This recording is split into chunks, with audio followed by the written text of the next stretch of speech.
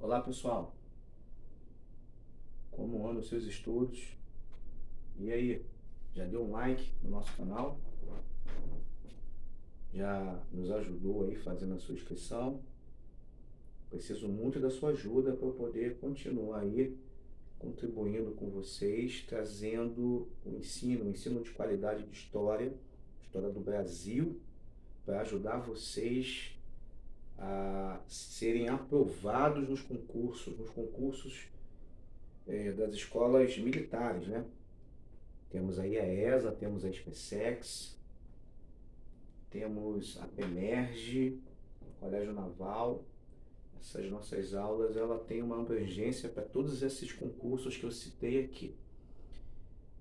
Bem, estamos montando a aula 6, aula que fala sobre União Ibérica. Então eu começo dizendo que a União Ibérica é a união das coroas de Espanha e Portugal. Então significa que Portugal, durante um período, passou a fazer parte da Espanha. Automaticamente, todas as colônias portuguesas passaram a ser da Espanha. E, consequentemente, o Brasil, durante o período da União Ibérica, o Brasil também foi espanhol, tá?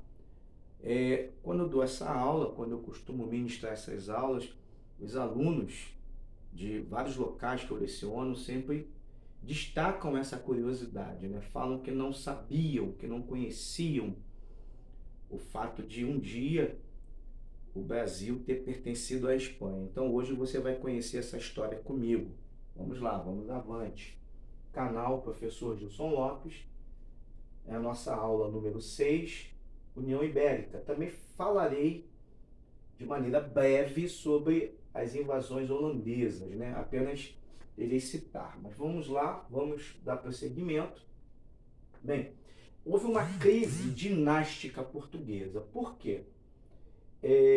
Em 1578, esse sujeito aqui era rei de Portugal, jovem, Dom Sebastião, tinha entre 18 e 20 anos aproximadamente, não tinha filhos, ou seja, não tinha deixado herdeiros para o trono português.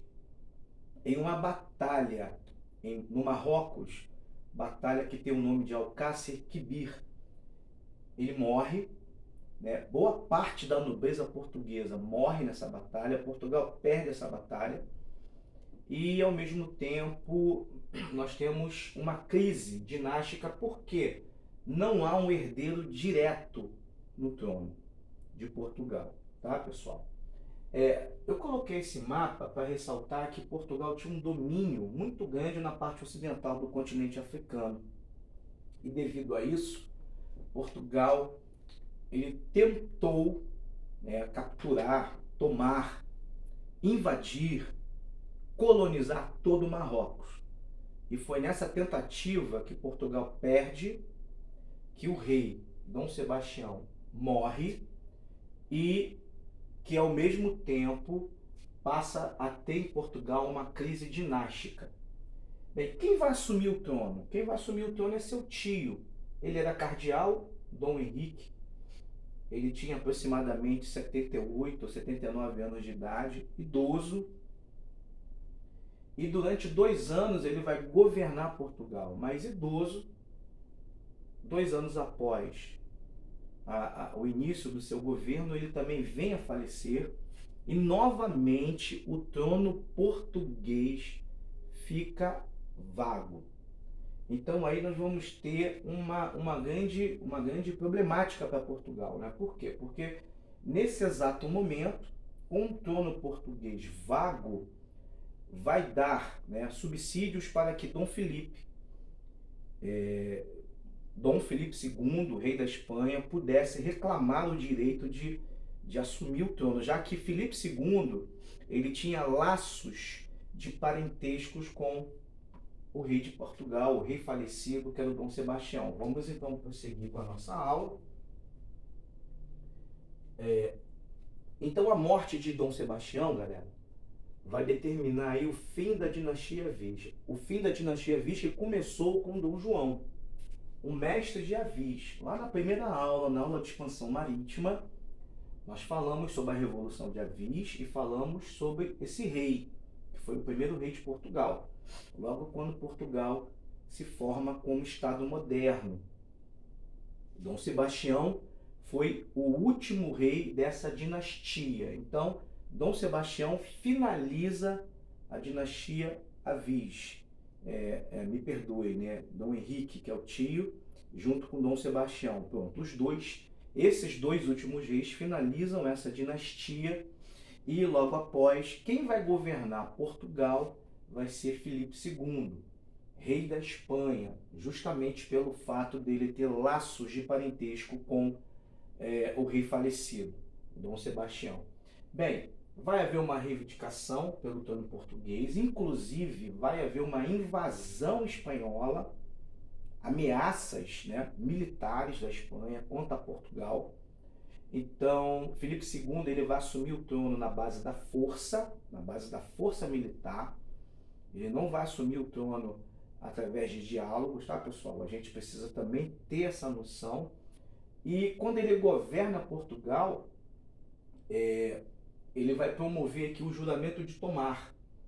O que seria o juramento de Tomar? O juramento de Tomar foi uma lei decretada por ele, aonde a manutenção da parte administrativa, ou seja, o setor administrativo, os cargos públicos, tanto em Portugal e ao mesmo tempo nas colônias portuguesas, ficariam com a nobreza de Portugal, ficariam com os nobres de Portugal. Ele não iria, no caso, retirar os nobres desses cargos públicos e colocar espanhóis, né?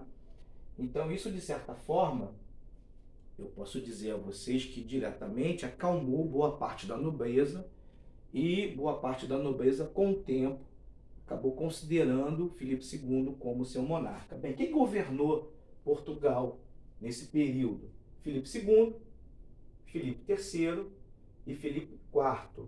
Lembrando que a União Ibérica começou em 1580 e ela termina em 1640. Então nós tivemos 60 anos de União Ibérica. Durante 60 anos, Portugal e Brasil fez parte da Espanha. Eu coloquei esse mapa, observe bem esse mapa. Toda essa região, África e Ásia, pertencia a Portugal. Quando Filipe II promove essa invasão militar em Portugal e toma o trono português, toda essa região que pertencia a Portugal, tanto na África quanto no continente asiático, a partir de agora, passam a fazer parte da Espanha, tá? Então, todas as colônias, inclusive o Brasil, você pode perceber que agora nós temos o fim do Tratado de Tordesilhas, não há mais uma necessidade de ter a linha imaginária dividindo a América Espanhola e a América Portuguesa, já que toda essa região do Brasil que pertencia a Portugal, agora é espanhola. Vamos dar prosseguimento à nossa aula. Eu coloquei algumas curiosidades nesse período. Então, vamos lá. Expansão da América Portuguesa, né? Conforme eu coloquei nesse mapa, você pode perceber que essa região onde habitavam colonos portugueses, eles passam a migrar para a região do Brasil, que a Espanha dominava. E nessa região aqui passam a fundar vilas e cidades. Com o passar do tempo, o Brasil vai tomando proporções maiores e vai se aproximando do tamanho que é o Brasil hoje. Então, se o Brasil tem esse tamanho, tem essa extensão, foi devido à União Ibérica, foi devido ao fato do português ultrapassar o Tratado de Tordesilhas e criar vilas e cidades na área espanhola. Então, ó, crescimento territorial do Brasil, fim do Tratado de Tordesilhas, e nós temos também as invasões estrangeiras. Nós temos uma invasão da França no Maranhão, tá? Que durou de 1512 até 1612 até 1615. Esse território francês aqui na América ficou conhecido como França Equinocial. Era praticado pela França extrativismo das drogas do sertão nessa região, tá, pessoal? A França, no caso, pegava essas drogas do sertão, levava, no caso, para a França, passou a ser uma prática comercial francesa em retirar drogas do sertão dessa colônia. Nós temos aqui duas invasões holandesas também na região do Nordeste. A primeira invasão foi em 1624 e 1625, na Bahia, em Salvador.